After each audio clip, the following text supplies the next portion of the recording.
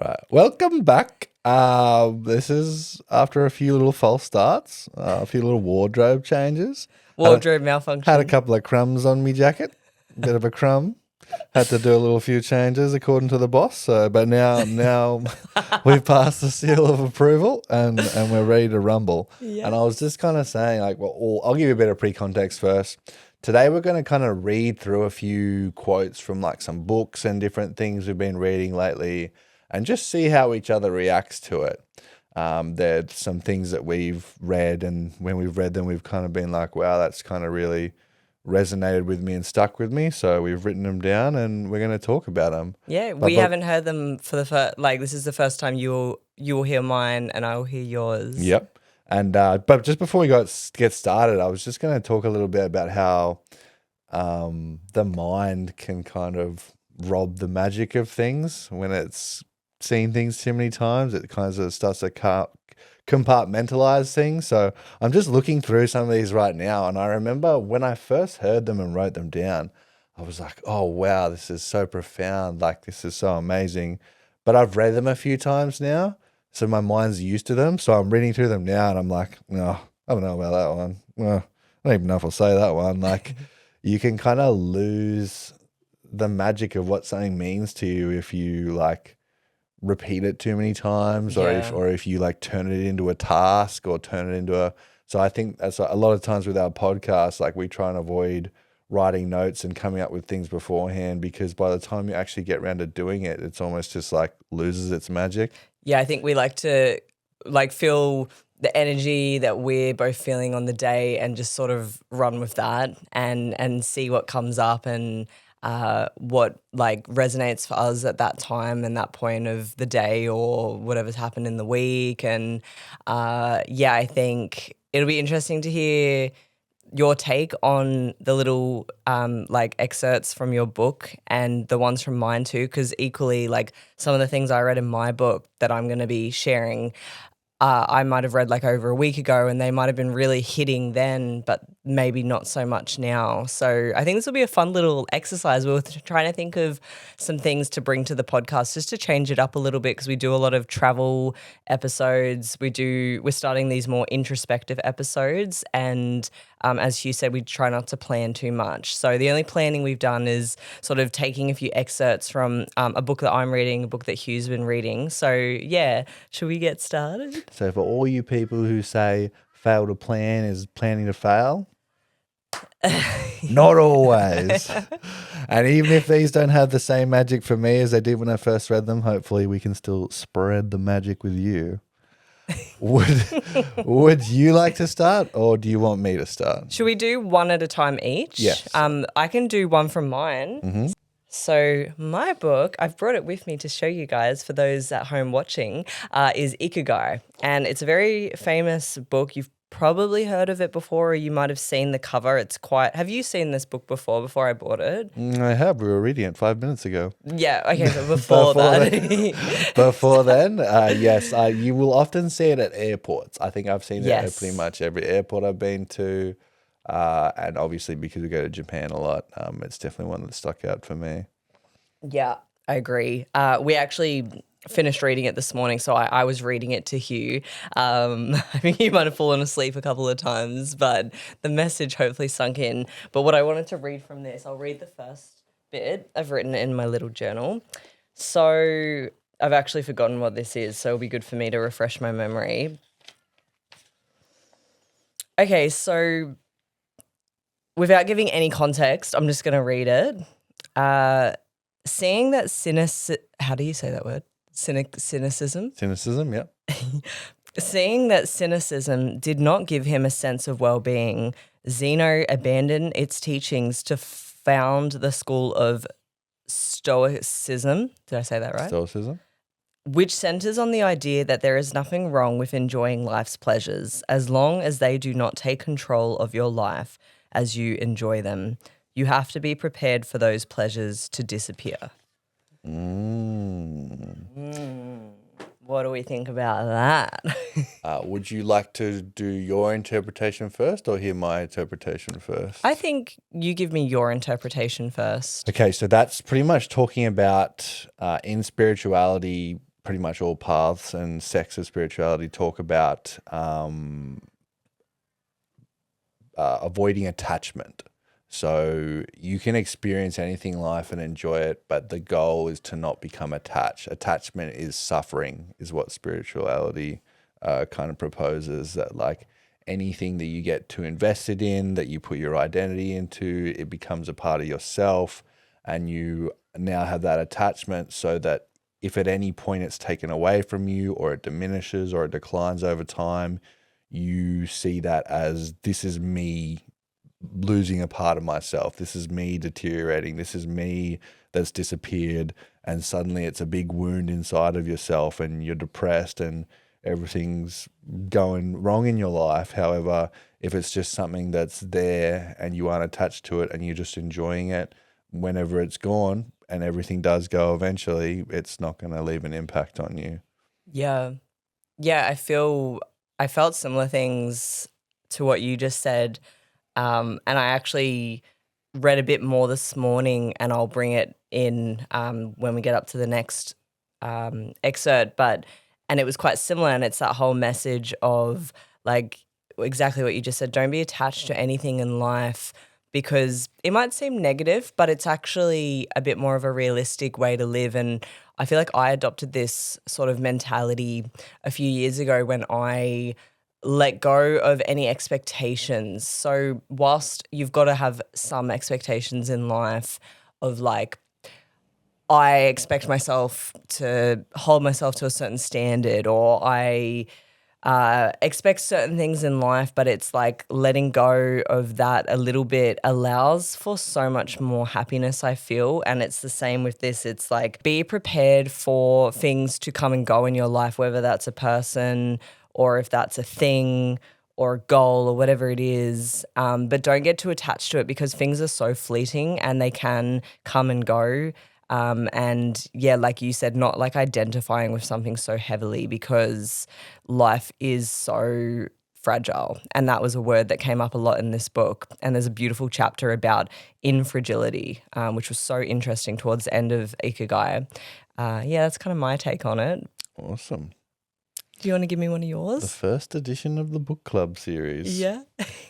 Okay. Mine's a bit shorter, a bit easier to process, but no less profound.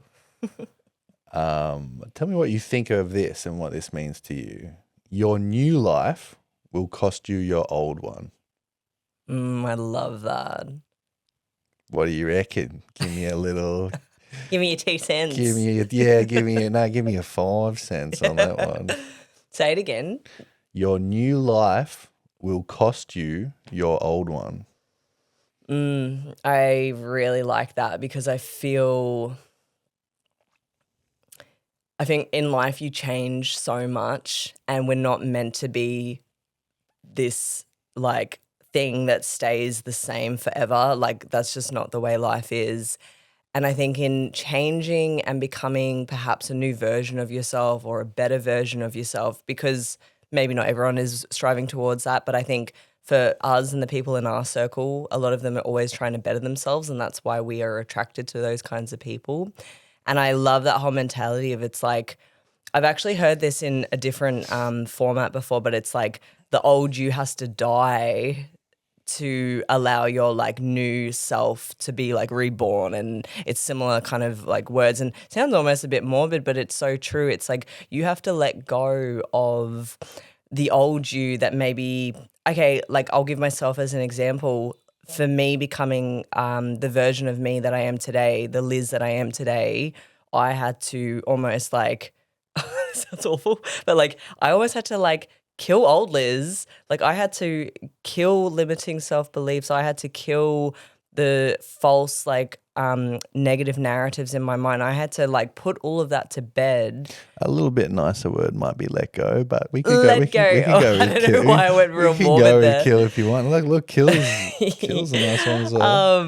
But yeah, it's like, yes, let go. And that's a phrase that really resonates with me. I mean, I have it tattooed on my body. It's like letting go of the old you to make space for the new you. Because I think if you hold on to the old you also hold on to the old mentalities, the old belief systems. And if you don't let go of those things, you can't step into that new version of yourself. That's my take on it. Beautifully Sorry, that was put. quite long. No, beautifully put, beautifully summarized. Thank you. I would say the only thing I would add to that is you just can't have two beings coexisting inside the one body at one time, or they're always going to be fighting with each other. Unless you're like schizophrenic. Yeah, well, that's what I mean. It's you can't function healthily and have two people. Sorry, that was a bit... Well, everyone's schizophrenic to some degree. How many voices in your head do you have? We were just talking about the other day. You got one voice saying you didn't do this good enough, one voice saying, oh, be easy on yourself, one voice saying, no, you need to be hard on yourself. But it's kind of like, if you have a kind of person that you want to be, you can't just go, I'm going to be this person until you've, as you said, let go of all those other past tendencies and beliefs and behaviors that you've had in the past too, because they'll just keep coming up. You say, I want to be someone who does this, but if you haven't let go of that secret desire and like need and satisfaction you get out of like not doing those things, of like being lazy or eating the cake or like saying or like gossiping about people, or say I want to be this positive person who lifts people up and is healthy and all these kind of things, but there's still a secret part of you from the past that kind of likes being mean and doing all these other things. If you haven't let that part of yourself go and addressed all those hidden agendas and everything, this new version of yourself that you want to create is not going to be able to coexist with that old version. They'll always be combating it at heads, and you're just going to feel conflicted and full of turmoil. So your new life ultimately will cost you your old one. So when you're ready to make that payment, you're ready to change.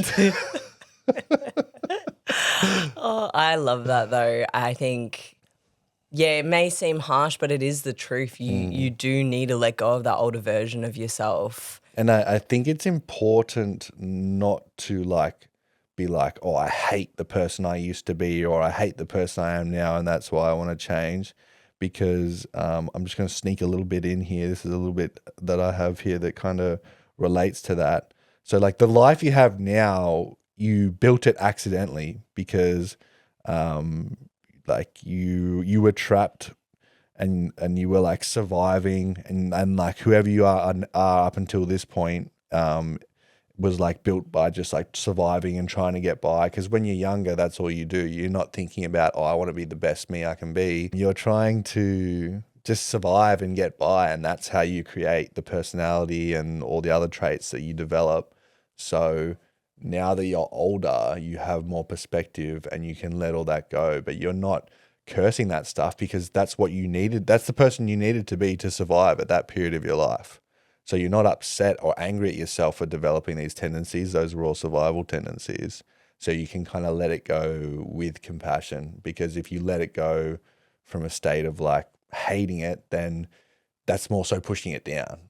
Like it's still suppressing it. I hate that part of me. I don't want that part of me, but that kind of just turns it into like a little cancer inside of you. But if you can be like, look, I appreciate that I used to be this way because that's how I had to be to get by, but I'm a different person now, so I don't need to be that way anymore.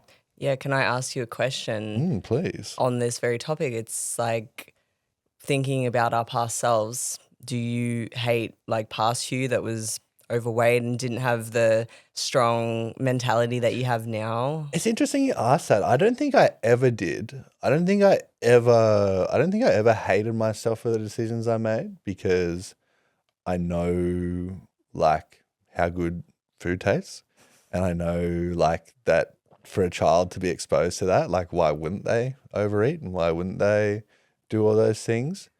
I think it's more so the things that I've held on to that have been harder to let go of is more, I wouldn't necessarily say self-hate, but just like self-doubt and just like lack of like a sense of power or worth. I just felt very unworthy of things. So I didn't necessarily hate the person that I was, but I would just didn't think much of them. I was like, you're a little bit pathetic. Like there's not really much to you. You've not really done much. You're not really worth much. No one probably really wants anything to do with you.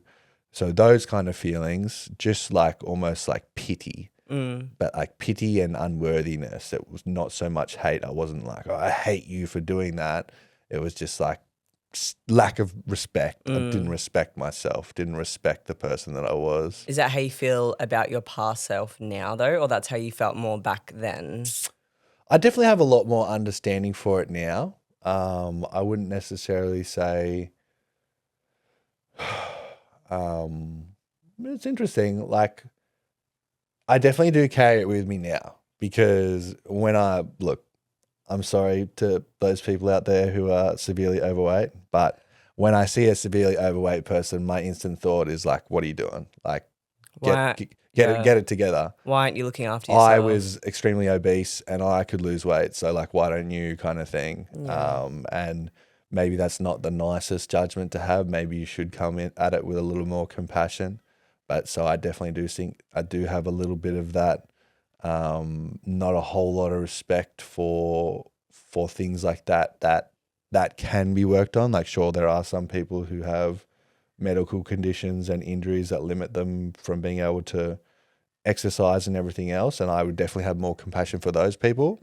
But when I see someone who their only reason they like that is because of lifestyle choices, it's really hard for me not to have that attitude of like almost disrespect and almost anger, because I know for myself that it was just lifestyle choices. And then as soon as you like decide, look, I just don't want to be a burden on the people around me anymore. I want to have more energy and I want to be like, you just, obviously it's not that easy, but like once you make a decision to make a change, you can do it.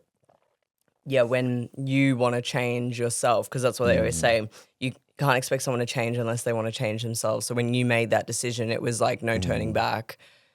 And yeah, I suppose that is true. It is a self-reflection on me of maybe some resentment and that I do still hold against my past self, and that expresses itself in how I feel sometimes when I see somebody else who's like super overweight. Unless I see them very overweight and doing something about it, Yes. then they're some of my favorite people. Yes. However, if I see someone who's like really overweight and they're like eating McDonald's every day and smoking cigarettes and drinking and everything else, I'm like, just get out of here. Yeah, do you think it triggers you a little bit? It definitely does trigger me. Yeah. For sure. And that's so fair because I think for me, I was a child, and I was able to make a change and be conscious enough to be like, look, I'm going to make a different life for myself. If I could do that as a child, why can't you as a 20, 30, 40-year-old adult do the same thing? Yeah, that's so fair. It's like, take some more accountability, bro. And like, it might sound harsh, but I think as we've just explained, it's you gotta be responsible for that sort of thing. You can't. And I think the thing that annoys us as well is the blame that we hear. Like people like blaming. If it's not something to do with like a medical condition, and it's like, come on, bro. Like you need to take some accountability for your health. Yeah.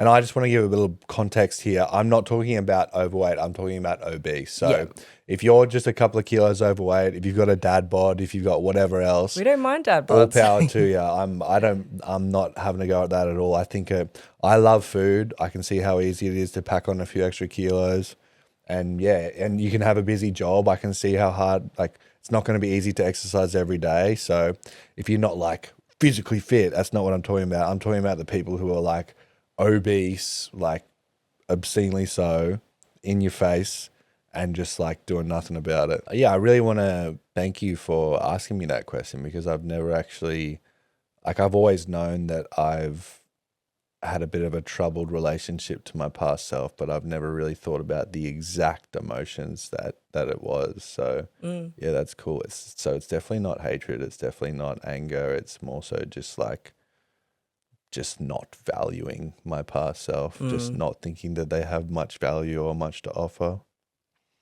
That's a good little reflection. Your turn. Another bit from my book.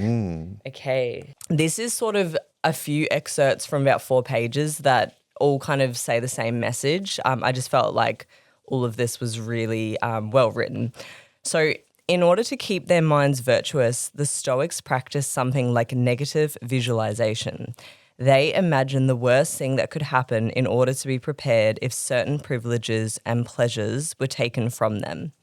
To practice negative visualization, we have to reflect on negative events, but without worrying about them. Worrying about things that are beyond our control accomplishes nothing. It's not what happens to you, but how you react that matters. Both Buddhism and Stoicism remind us that the present is all that exists, and it is the only thing that we can control. We should never forget that everything we have and all the people we love will disappear at some point. This is something we should keep in mind, but without giving in to pessimism. Being aware of the impermanence of things does not have to make us sad. It should help us love the present moment and those who surround us. Do you want to give me your take on that? I know that was a lot, but I just loved all of that. And I feel like it's such a beautiful chapter. But yeah, let me know what you think about that. I can give you a real world example of this that I actually Please. mention to you often sometimes when obviously Liz sometimes in her job she has like a lot of deadlines and things come up, so she can occasionally have stressful weeks, and when you have a lot of things pile up it can make it seem like it's the end of the world if this thing doesn't happen, or if it's the end of the world if this thing doesn't happen, and it seems so stressful. But like that passage kind of tells you about, it's like to keep in mind like the fragility of mortality, to put things in perspective. So I don't do this to upset, but sometimes I'll say to Liz, like, do you know how much crazy stuff is happening in the world? Like with the war over in Iran and Trump and all the stuff he's doing, and everyone has nukes, and China has nukes, and Russia has nukes and everything. And you never know it. Like any day, like that could all pop off, and then the entire world's over. And then if that was to happen, how important is it really, this thing you're stressing about right now? And it makes you think like, yeah, wow, like imagine if this was the last day I had and I spent it stressing about this or stressing about this or thinking my life was over because of this. It's like, wow, like we just think we have forever here, because obviously our brains don't like to think about the fact that we are going to die one day. But if you can sometimes remind yourself of that in a more positive way, just to make you put things in perspective and be like, you know what, like this is all going to end one day. Do I really want to spend it worrying about this or being so concerned about this? And sure, like the Stoics were saying, you do need to plan for the potential of things going wrong. That's important. But to worry about it, it's just like you're just inflicting pain on yourself for no reason. Yeah. Yeah, it's so true. And I love the bit that says, because they talked about like this negative visualization. I've never heard that expression before. And I remember when I read it, I was initially like, ooh, negative, like, ooh, I don't want to hear about that. But then when I read on, and as the passage kind of continues, it's like, I love this bit about, this is something we should keep in mind, but without giving into pessimism. It's just being aware of the impermanence of things. So it's like being aware that life is so fleeting and there is bigger things happening in the world than your small little issues that you make out to be the biggest things in the world. And I'm guilty of this. Like you just said, I'm guilty of this on a daily basis. Everybody is. Everyone is, because we live in a little bubble, and we're very privileged in Australia to live in a safe bubble where the worst thing that happens to us is maybe we didn't have a good gym workout, or maybe we had a bad sleep. Like, I actually really resonate with what you were saying, and Hugh does have to remind me of this quite often. And it sounds morbid, but I personally, and I feel others might feel the same, I sometimes need that reality slap in the face, and it can be really harsh sometimes, but it's like there are way worse things happening in the world. It's almost like, I don't want to say selfish, but it's like it is almost like selfish in a way to get so upset about something and let it impact your day and let it impact your partner potentially. That stress. Egotistical. And it's like you need to zoom out a little bit and look at the bigger picture of like what's happening in the world, and also look at like you don't have that much time on earth. And I say this quite often, and I always preface it with like, I know this sounds morbid, but we don't know how long we have on this earth. We don't know if tomorrow's our last day or next week, or maybe we'll be here for another 50 years. Like you just don't know. We don't have like a little, what's it called? Like a something to see into the future. What's that? Little like looking glass. No, not horoscope. Looking glass. I was going to say you can't. Something like that. I don't know. Anyway, we can't predict the future. We don't have one of those sand timers that like and then when it runs out, that's your life kind of thing. Yeah, it's like we have no idea what's going to happen, and so like let go of all that stress. As easy as it is to say that, I know it can be hard from experience, but really, like sometimes we need that harsh reminder of like, you don't know how long you have in this life. So like make the most of each day and don't sweat the little things. And it's not really morbid. It's kind of what makes life beautiful. Like why would you ever seize the day if you had an infinite amount of them? Why would you ever make the most of a moment if you knew there was going to be an infinite amount of them? The fact that we don't have forever is kind of what makes things beautiful. Well, our beautiful friend Alex, who is one of our Zen Den family members who we've adopted, he actually... Have we adopted him or has he adopted us? He's older, so... Well, that's a bit of a weird thought. Adopted each other, co-adoption. Report back, like let us know what you guys think. But Alex said something in his podcast that we recorded last weekend. He asked his guest at the very end, he said, if you could live forever, would you choose to, or would you choose to live the life expectancy that we would have? He worded it way better than that, but I want to ask you that question. Maybe you can ask me as well. Like if you had the choice to live forever, would you? It's a really difficult question. Just ask you a small, not a heavy question at all. Because how are we going to go deep on this? Because if you really think about what forever is, eventually the sun will explode, this galaxy will disappear, and by that point, if you're still around and you're still alive, you will literally just be existing as one entity with absolutely nothing in front of you. Everything will be gone, and you will just be staring into the space for the infinite amount of time, forever and ever and ever, just you, nobody else, nothing else. Okay, let's backtrack a little bit. Let's say that didn't happen. It will happen. There's no if. I think we're overthinking this question a little bit. Let's say, okay, let's change the question. Maybe 1,000 years? Or... Yes. Let's change the question to if you could live for a really long time, longer than a normal human life. The length would be important. If you were to say 1,000, I would say yes. 1,000 years. 1,000 years, I would say yes. If you were to say like 100,000 years, that might be a bit harder to commit to. Just because, I feel like you would just get to the point where you were more curious about the potential of what happens after you die than you would be curious about your surroundings. You would have seen everything, done everything, experienced everything. You'd be like, well, I've well and truly made the most of whatever this life here holds for me. I'm ready to see if there is anything else, if there is some other expression that I can take on, or even if there's not, I'm just ready to call it quits.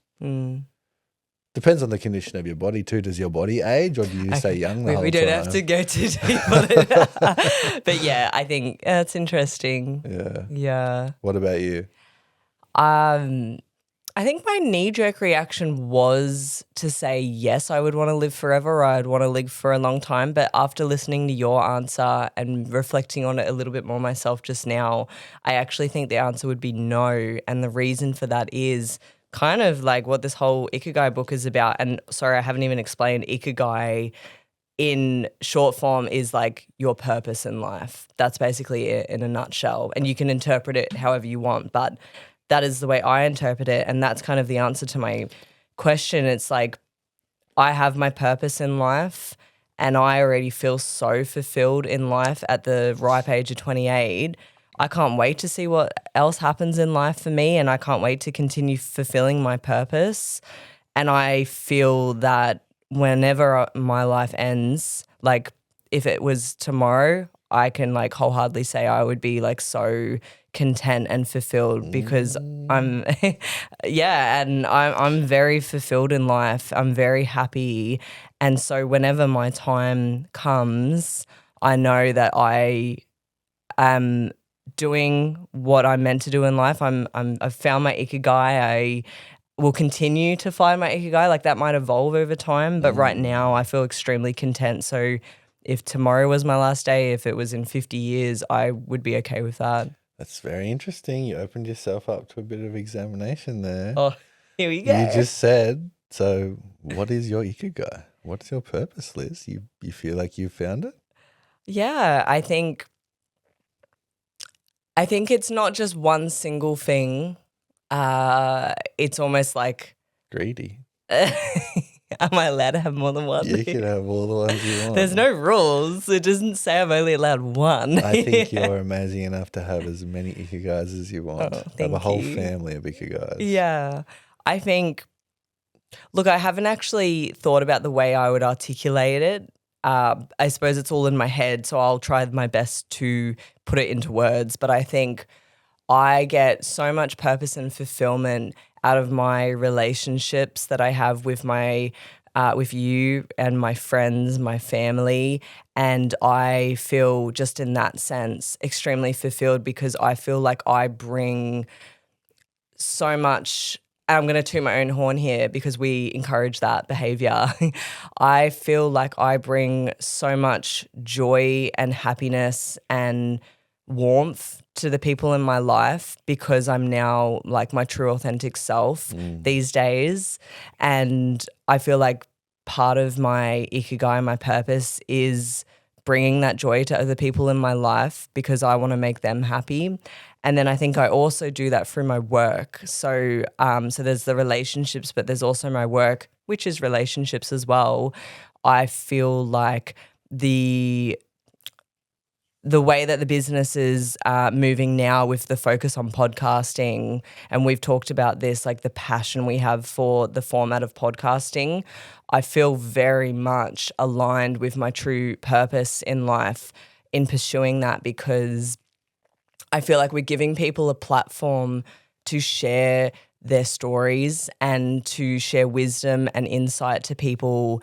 And I truly feel that you never know how something's going to impact someone. And I feel like the format of a podcast and us being able to facilitate that through us filming and creating a podcast, but then also creating it for our family, for our clients, I just think it's like so beautiful being able to give that to the world. And that really feels like my purpose is like being able to facilitate that and bring that to the world.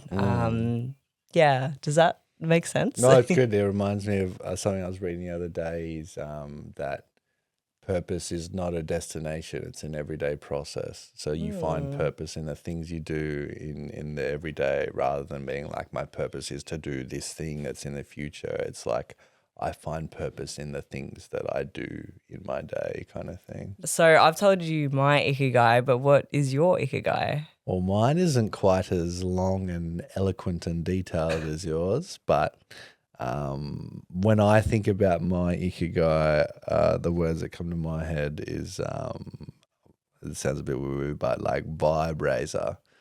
Like, and that's not to be not vibrator. Vibrator. It's vibe raiser.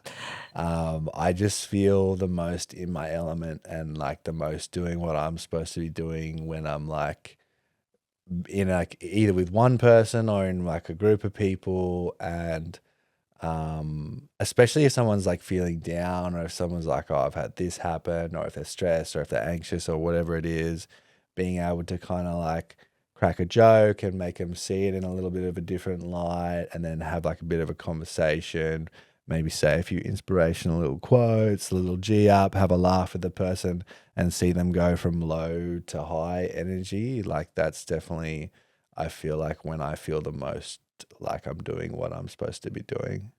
Yeah. Yeah, you have such a beautiful knack for that. And we were talking about it just the other day because there were some people at the gym that you kind of picked up on a bit of a lower mood, lower energy. And to begin with, you were chatting to them and you weren't really like breaking down that wall. But then we actually compared you to like Bella. Like our dog Bella has a knack for wearing people down. She's persistent. If you don't like her, you will love her by the end of your experience with her. And Hugh's the exact same. It's like you can't help but love him because he's just so beautiful and you're so great at lifting people up and seeing, what's that expression? Giving people their flowers. Yeah. It's like putting them on like a pedestal and making them feel seen and heard. And I think it's such a beautiful quality of yours. And not even necessarily having to always give them flowers, but at least make them aware enough to smell the flowers they already have. You always have an analogy. I love it. Because a lot of the time you do have a lot of beautiful flowers, but you're just acting as if you don't. You're blocking your nostrils. You're not sniffing it in. You're acting like everything stinks, but when in reality things are pretty good. Yeah. Everyday life is not the enemy. It's the doorway. It is where purpose lives, breathes, and waits for you to pay attention. But the world has taught us to look to impressive things like big achievements and other people's approval, hoping that meaning will appear in these things.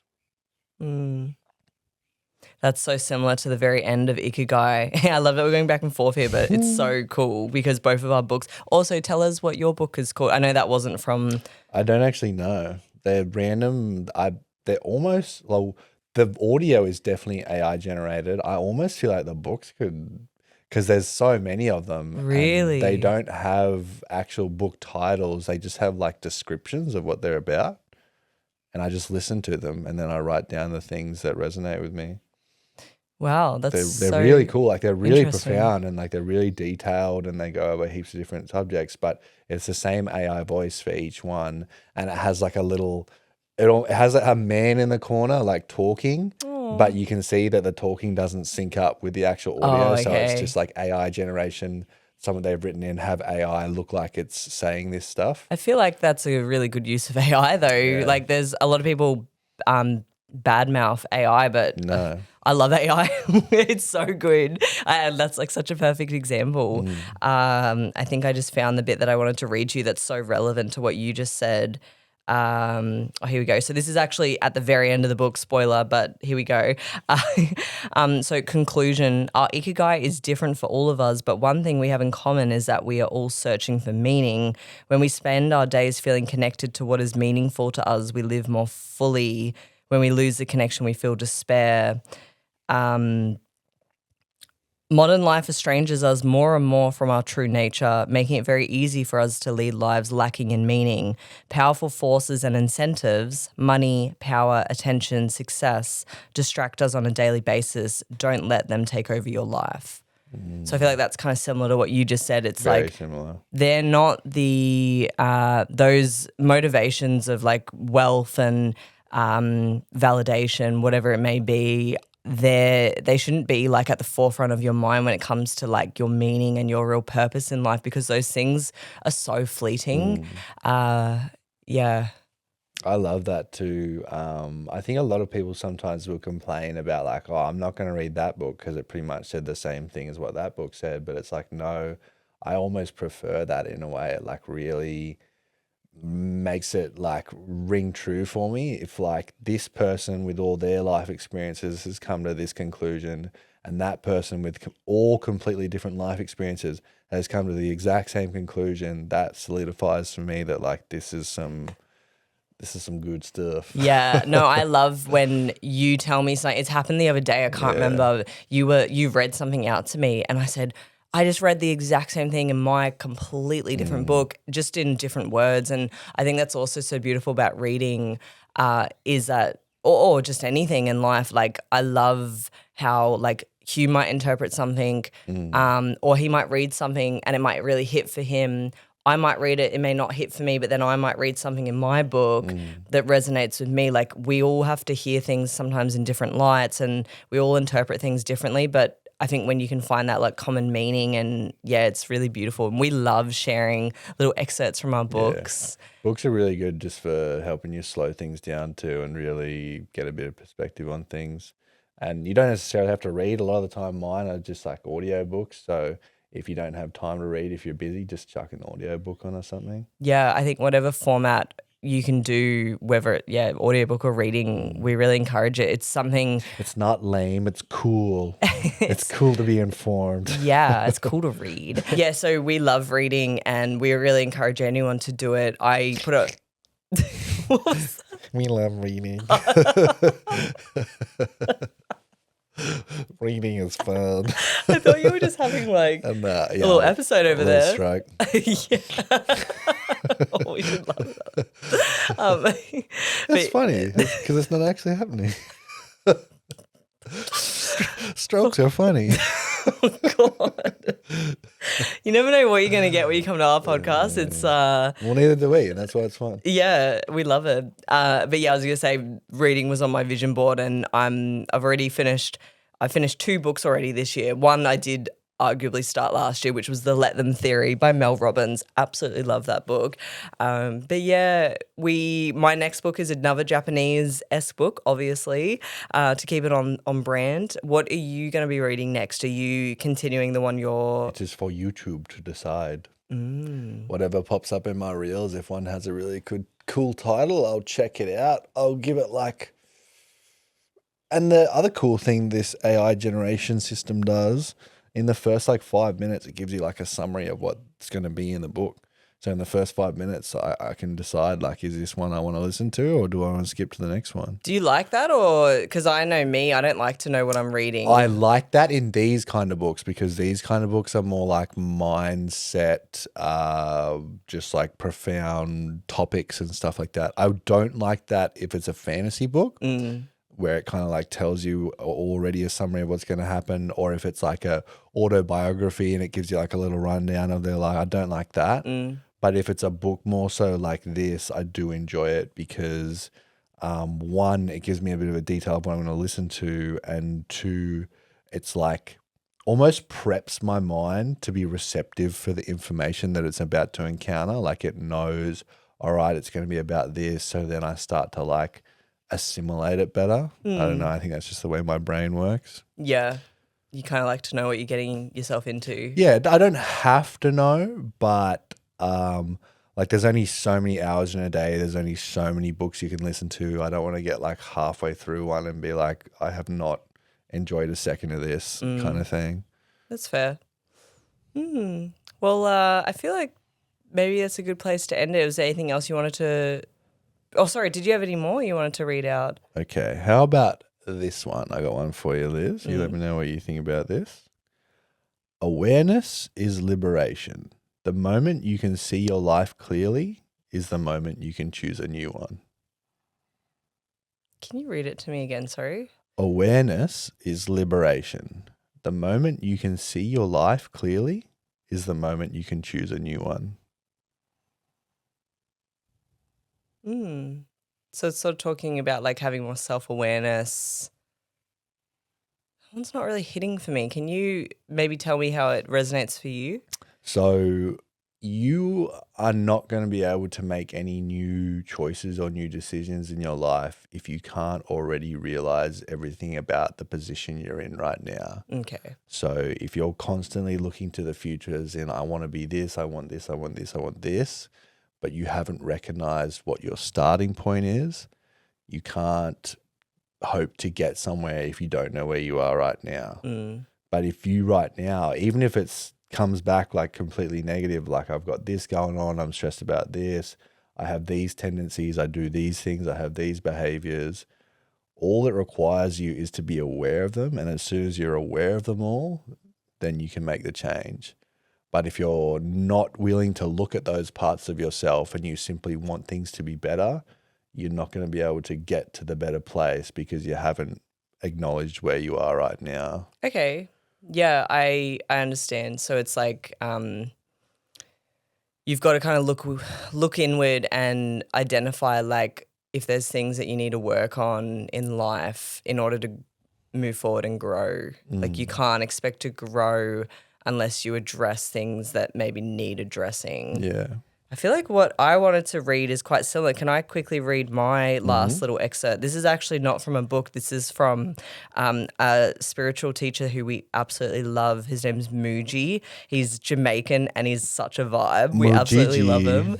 Yeah, Mooji Baba is his full name. He's on YouTube. I don't know if he has books, but we watch him on YouTube and we listen on Spotify to his little like meditations and what would you even explain what his teachings? He calls them satsangs. Oh, satsang, yes. Satsang is when you get together in a big group and you learn about things, predominantly spiritual things. Yeah. So it's kind of similar to what you've just said. See challenges as opportunities to awaken from the ego's grip.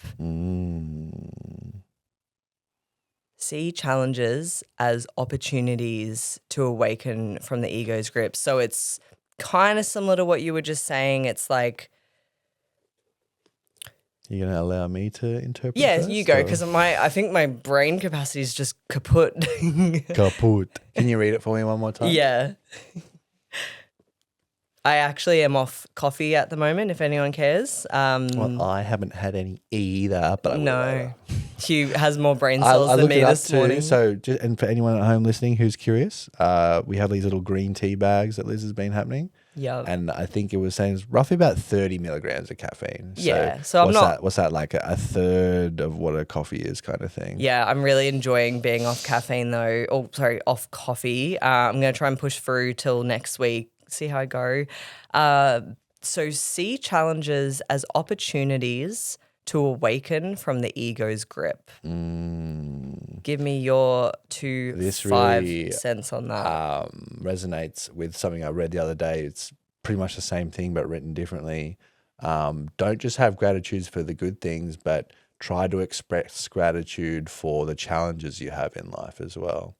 So something really difficult happens, your reaction is to react negatively. But if you can kind of be like, actually, I'm grateful that this thing happened because it made me realize I still have like some things in me, some repressed anger about this, or made me realize that I easily get triggered about this, or made me realize that I still haven't gotten past this. So it's about, yes, this thing that's happening may be upsetting you right now, but you can take it as an opportunity to really dig deep and be like, why is it upsetting me? Because this thing that's happening right now, there's a potential that if it happened to somebody else, they wouldn't be upset. So how can I do a bit of deep work and look within so I can get to a point where things like this will happen in the future and it won't upset me.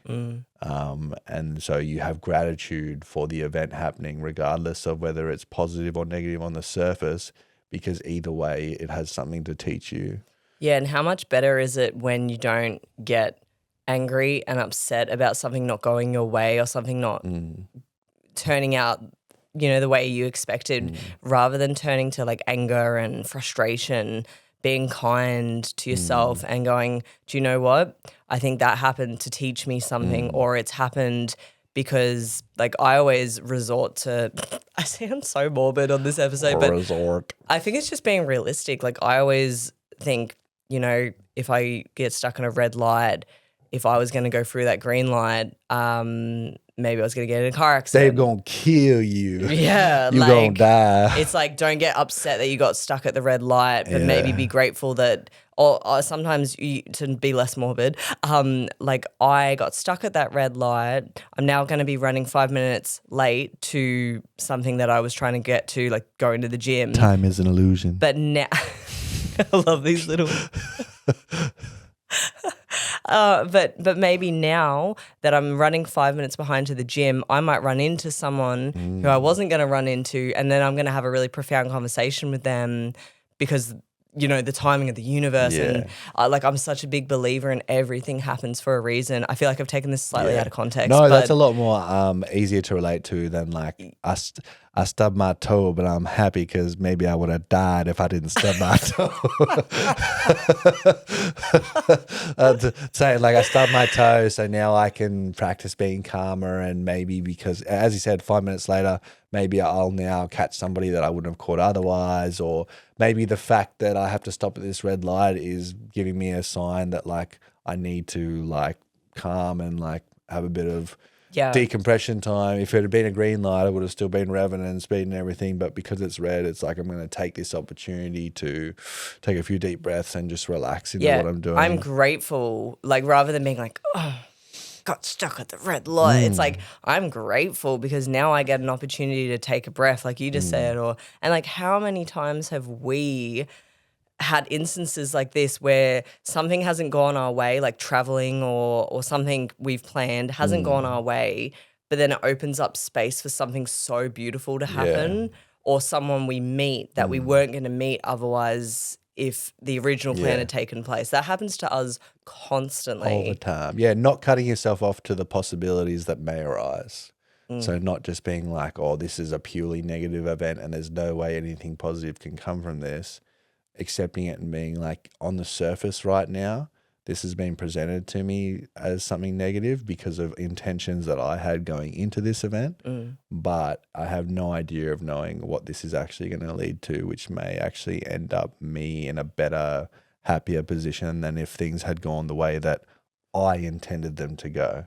Because how do you know? How do your intentions know better than some other intentions? How do you know that it's just because this is what I had planned? My plan isn't going the way that I planned it, therefore this sucks. But it's like the whole world and the whole universe and everybody else has plans, and this person has a plan, that person has a plan, everyone has plans. Just because your plan isn't going 100% the way that you planned it doesn't mean that it sucks and that it's a terrible event. It's just like, it's just not going the way that you planned it when you were sitting at home, like twiddling your thumbs and were like, I hope it goes this way today. Yeah. And then because it didn't, you're like, oh, today sucks. It's like, no, it's just going a different direction than what you anticipated. Yeah, exactly. I feel like that comes back to the little excerpts that we said at the start quite beautifully, ties it up in a nice, neat bow. And not going the way you expected kind of goes, I was doing a little mantra before we started. Do you remember what the mantra was? Oh, yeah, you were saying... High aspirations, but no expectations.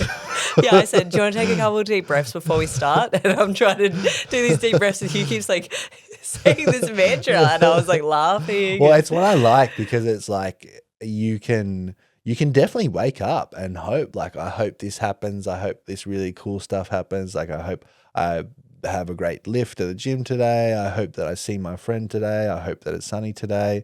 You can have high aspirations, but don't expect those things to happen. So when you're like, I have an expectation that this has to happen, and if this doesn't happen, I'm not going to be happy. It's just like, no, like I do have high aspirations that some cool stuff that I've planned will happen today.